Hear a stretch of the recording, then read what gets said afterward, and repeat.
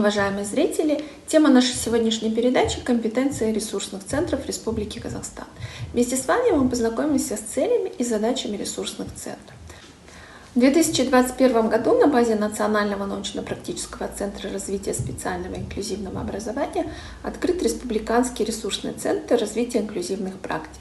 Специалистами нашего центра проводятся прикладные исследования, результаты которых ложатся в основу разработки нормативно-правовой базы инклюзивного образования в стране. Нами проводится разработка методических рекомендаций для школ, обучение учителей и работа по индивидуальным образовательным маршрутам детей.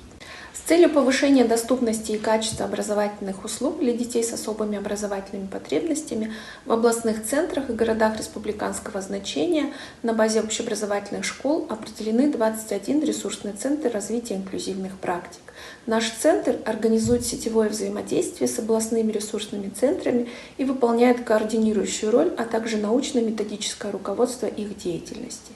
Основными направлениями областных ресурсных центров являются психолого-педагогическое сопровождение детей с ООП, составление учебно-методических материалов и рекомендаций, оказание консультативно-методической помощи учителям, специалистам и родителям курируемых общеобразовательных организаций, а также проведение семинаров и практических конференций по обмену успешным опытом инклюзивно-образовательной практики.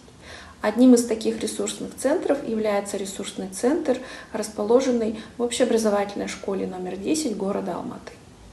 С 10 августа 2021 года на базе нашей школы организован городской ресурсный центр. Оснащена материально-техническими средствами и, конечно, учебно-методическими средствами. Это для того, чтобы была эффективная работа и, конечно, для создания качественного образовательного процесса. Как вы видите, наши кабинеты оснащены данными средствами. Ресурсного центра является это способствовать внедрению и развитию инклюзивного образования в организациях города Алматы. Если сегодняшняя передача была для вас полезной, оставьте свои лайки и комментарии. До новых встреч!